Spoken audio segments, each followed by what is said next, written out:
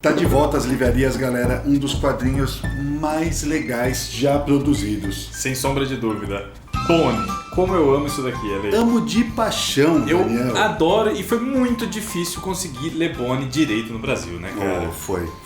Porque teve uma história bem convoluta, né? Ele teve uma tentativa bem longa e incisiva da Via Lettera. Lançou vários volumes, mas numa época em que o mercado não era como é hoje, né? Acho que a Via Lettera até tentou.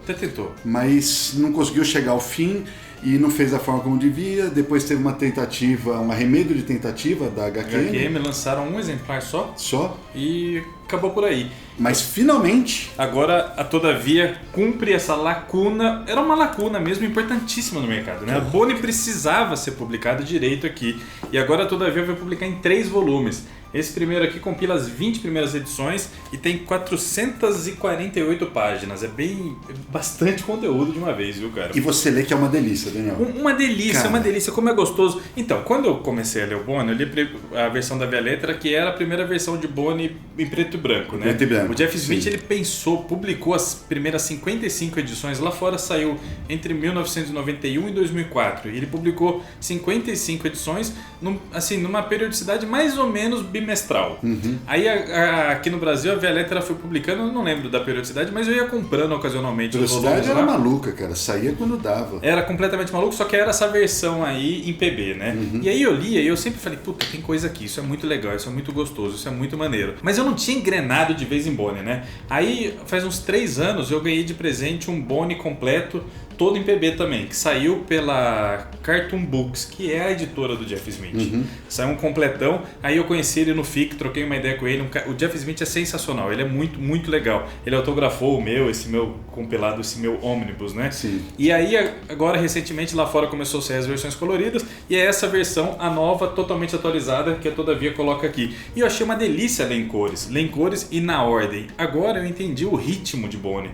Eu peguei como funciona a história, sabe? Com certeza, Danielzinho. E a história das cores é interessante porque ele narra aqui, tem um pós-fácil bem bacana dele, que ele explica que ele realmente pensou em preto e branco e quem o convenceu em fazer a versão em cores foi o autor do Mouse. Foi o Art Spiegelman, cara. E ele ainda contestou, ele falou assim, Art, mas o seu quadrinho, a sua obra-prima é em preto e branco. Que foi uma das inspirações para ele fazer. Que foi uma das inspirações. Ele falou assim, a sua foi em preto e branco, por que eu vou colorir a minha? Aí o Spiegelman fala para ele assim, porque a minha HQ não celebra a vida. A minha HQ fala de guerra e holocausto. A sua HQ é uma celebração à vida. E a vida tem cores. Aí, cara. O argumento definitivo. Sensacional. Então tem essas cores. As cores não são feitas pelo Jeff Smith, mas sim pelo Steve Heimaker. E eu adorei. Eu fiquei meio assim, falei, puta, será que vai ser legal em cores? Eu tô acostumado no PB e tal. E eu achei que ela dá outra camada de leitura, cara. Facilitou muito em alguns quadros, assim. E até melhorou a narrativa, que já é digno de nota do Jeff Smith, cara. Sim, o Jeff Smith, se você não conhece ele, se você é uma pessoa mais ligada em super-heróis, coisa assim, ele fez aquela HQ do Shazam, da Sociedade Secreta dos Monstros, que é bem bacana, sem capa dura pela Panini, mas não chega aos pés do que é o Bonnie. Bonnie é tipo... Cara, é outro nível de quadrinho. A gente tá falando aqui de uma das HQs mais cultuadas do mundo. Ela foi celebrada pela revista Time como a HQ mais importante para todas as idades. Porque tem vários segmentos aí, tipo a HQ mais importante para o público consumidor de super-herói, o Watchmen, Cavaleiro das Trevas. A HQ mais importante para o adulto, como a gente falou, o Mouse, algumas coisas assim. Mas a HQ mais importante para todas as idades já feitas foi Bonnie. Bonnie, durante os seus anos de publicação, aí que eu falei, de 91 a 2004, ganhou 10 prêmios Eisner. O que é isso? 11 prêmios Harvey. É muito grande, é muito gigante isso daqui, né? E é uma delícia de ler, cara. Eu desafio você a ler Bonnie e não se apaixonar.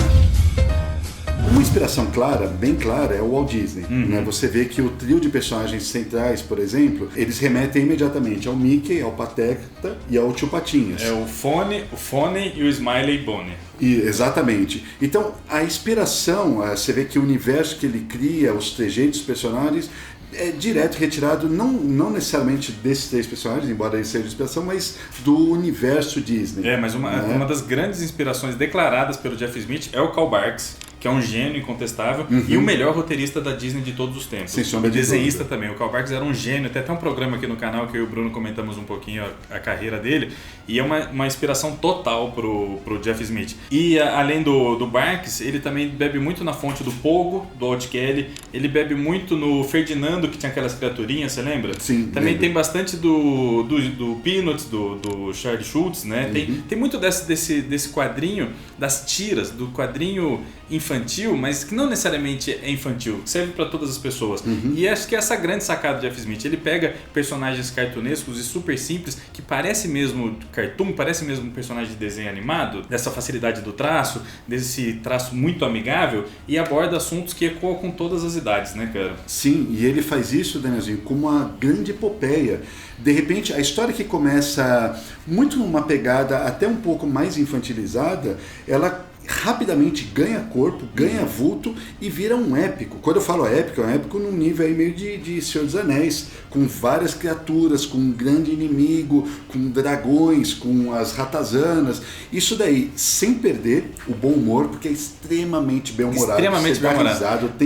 O Jeff Smith é engraçado, todo. Que ele falou que ele tinha o roteiro, assim, ele tinha as histórias pré-planejadas. Ele cria os personagens de Bonnie com 8 anos de idade ali. Ele fala assim, puta, deixa eu ver o que precisa para um bom personagem de quadrinhos infantis. Aí ele cabeção, pezão e tal, e ele cria esse personagem com 8 anos de idade. Aí ele vem desenvolvendo, ele fica querendo publicar, recebe não de todo mundo, tudo quanto é editora, até que ele fala, quer saber, eu vou publicar essa parada independente. Ele toma contato com a cena lá fora, ele vê o que o pessoal tá fazendo, aí ele vê o Dave Sims, os cérebros, ele começa a frequentar comic shops e vê que existe um cenário ali, os irmãos Hernandes, existe uma possibilidade de fazer quadrinho alternativo ao mainstream. Então ele já tinha esses personagens criados, ele tinha uma ideia de como seria a história, e em algum momento aí da vida dele, ele viu Star Wars e Senhor dos Anéis, e esse escopo épico da jornada mesmo, e deixou ele muito interessado. Aí ele falou, então eu vou pegar aqueles meus personagens que eu queria na infância, pegar e fazer uma história muito grandiosa, com um começo, meio e fim. Ele sempre teve o final da cabeça dele. Ele falou, quando ele decidiu o fim, ele podia contar todo o resto da história. E é engraçado que ele fala que às vezes ele tinha o roteiro bem definidinho da cabeça dele, ele sabia o que iria contar naquela edição, só que aí vinha uma piada. E ele falou que a piada sempre tirou ele do roteiro. Ele ficava insistindo até conseguir fazer aquela piada direito. Aí ele voltava pro roteiro. Tipo, aqui nesse primeiro volume, tem a competição das vacas. A corrida das vacas. A corrida das vacas. É muito boa. Que a vovó Ben, né, que é uma personagem fantástica também, ela corre com outras vacas lá. E aí era pra ser só uma citação em uma edição.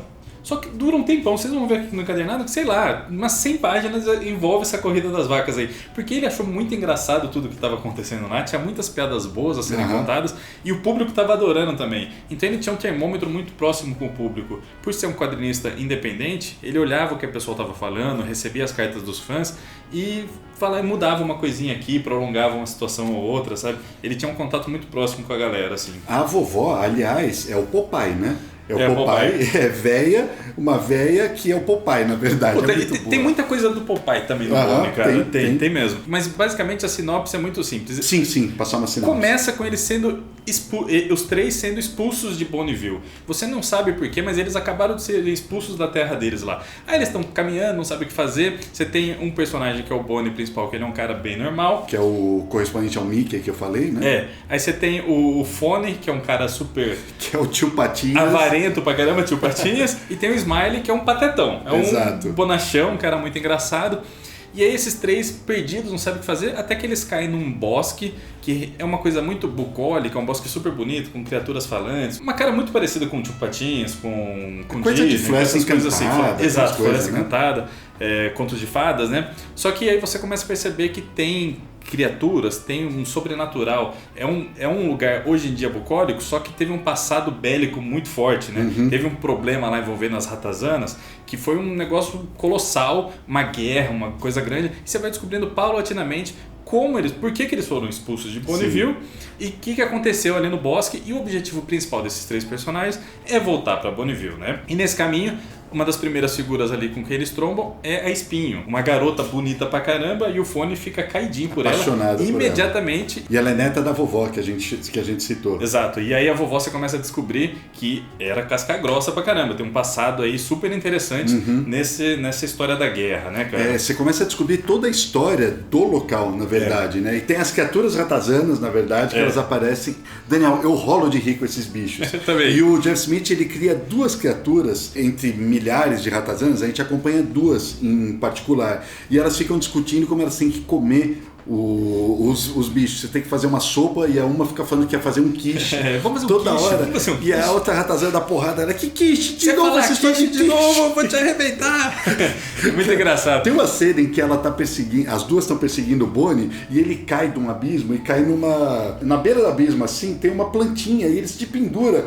Aí ele fala assim num quadro: pelo menos essas ratazanas vão me perseguir aqui, né? Aí quadro seguinte você vira, tá as duas ratazanas em cima dele, a plantinha caída, ele: ratazanas estúpidas! Arrebenta o quadro e cai todo mundo no abismo. É muito engraçado, reparem quando vocês lerem o timing de piada mesmo. Cara, o Jeff Smith, ele é muito demais. bom contador, não só de história, mas de piada. Ele tem umas assim que funciona muito. O ritmo dele, a narrativa também, é fantástico, é a perfeição. O assim. Jeff Smith, ele desenha muito.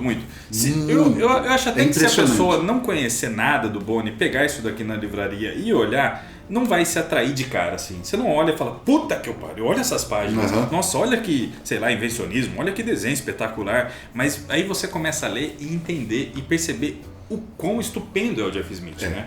Ele desenha muito e narra muitíssimo bem. Como os quadros dele remetem em vários momentos aos quadrinhos infantis, às vezes não tem cenário. Às vezes tem só os personagens, umas onomatopeias malucas, eles trocando ideia. De repente você vira um quadro que tem uma panorâmica do vale, da floresta, de não sei o que lá, um monte de elementos em cena, uma perspectiva perfeita. Aí você fala: caraca, esse cara desenha muito. Aí a vovó, por exemplo, que eu falei que ela parece Popeye. A vovó é inexpressiva, ela tem a mesma cara, todos os quadros, sem exceção. Mas de repente, em algum momento, aparece um olho dela aberto, assim. E você fala: cara, olha a vovó. Ele faz isso, quem você falou de time, ele faz isso em momentos perfeitos. E ocasionalmente, porque você tem os 3 bônus principais, eles têm o formatinho deles cada um lá, roupinha, chapeuzinho e tal.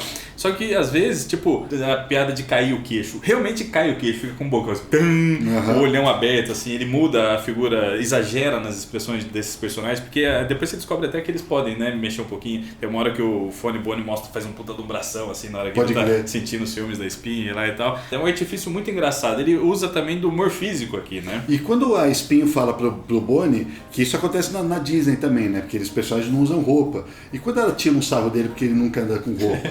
Mas você nunca anda com roupa? O que você tá falando? Você tá sempre pelado? Ele não sabe o que dizer. Que é uma coisa recorrente naqueles desenhos antigos. O Donald não usava calça, cara. Exatamente. Qual era o ponto dele? O que acontece? Mas é uma diversão só, cara. A gente falou muito das ratazanas, mas tem, por exemplo, o dragão. Tem um dragão aqui, gente. É tão épico que tem dragão. E é muito bem usado. Até os insetos. Tem um insetinho que fica pulando. O grilo, né? O grilinho que fica aparecendo lá e trocando ideia com o Bonnie. Que, bicho, tudo é muito charmoso, né? Todos os personagens são muito bem trabalhados. Eu acho que uma coisa muito importante em Bonnie é que os personagens evoluem, mudam e aprendem, sabe? Não é uma coisa... Você tem aí esses quadrinhos que a gente citou no começo, quadrinhos mais infantis, que é quase sempre a mesma coisa. Eles não mudam muito, nem podem mudar muito, né? Porque eles estão dentro de uma fórmula e eles precisam render produto para sempre. Precisa continuar sendo publicado, né? Na Disney principalmente. Aqui não, aqui ele tinha um começo, meio e fim. Então os personagens amadurecem. E uma coisa que eu amo em Bonnie é a constante referência a Moby Dick. O livro favorito do Fone é o Moby Dick, ele quer ler pra Espinha, ele fica o tempo inteiro falando. E Moby Dick é muito parecido nesse sentido, né? Por isso eu acho que é uma das grandes inspirações de Jeff Smith aí. As pessoas têm um objetivo na vida, mas a história não é só chegar nesse objetivo, a história é de como esses personagens são modificados pela aventura, sabe? Pelo percurso. O percurso importa muito mais do que o objetivo final, né? E Bonnie é isso, você tem uma evolução dos personagens que é maravilhoso, cara. Maravilhoso. Certeza. Essa daqui, galera, é uma leitura nota 10 para vocês. vale muito, muito, muito a pena. A gente ficou felizaço de que o quadrinho voltou para cá. Vale a pena você adquirir também pelo nosso link. Compra aí pelo link do Pipoca, que sempre tem um descontinho. E olha, é um dos melhores quadrinhos lançados aqui ano passado. Ele foi ovacionado no período. O Jeff Smith ele fala que ele percebeu que ele estava fazendo a parada certa. Porque você pensa, ele está na década de 90 lá lançando um quadrinho independente, né? O Bone deu um total de 1.332 páginas. Ele é um puta de um negócio longevo. Fazer isso de maneira independente foi um puta de um desafio pro Jeff Smith, né? E ele começa a perceber que ele tá fazendo alguma coisa certa quando ele começa a ter reconhecimento dos seus pares. Por exemplo, o Neil Gaiman tece elogio pra caramba pra ele numa entrevista. Isso aí lá na década de 90. O Frank Miller, ele fala que o Frank Miller dá um tapinha nas costas dele e faz um elogio numa convenção. Ele fica feliz da vida. Ele recebe uma carta de punho do Will Eisner elogiando pra caramba. O Eisner falando que ele tá fazendo uma coisa realmente importante aqui, sabe? Aí ele começa a ter esse contato, o Dave Sim também ajuda muito ele e tal. E aí ele começa a ter esse reconhecimento e encontra forças pra continuar essa epopeia dele, né? Uma história sensacional de vida aí do Jeff Smith e um quadrinho sensacional. Sensacional, bicho. Sensacional. Difícil uma recomendação maior do que Bone, viu? É maravilhoso, simplesmente maravilhoso.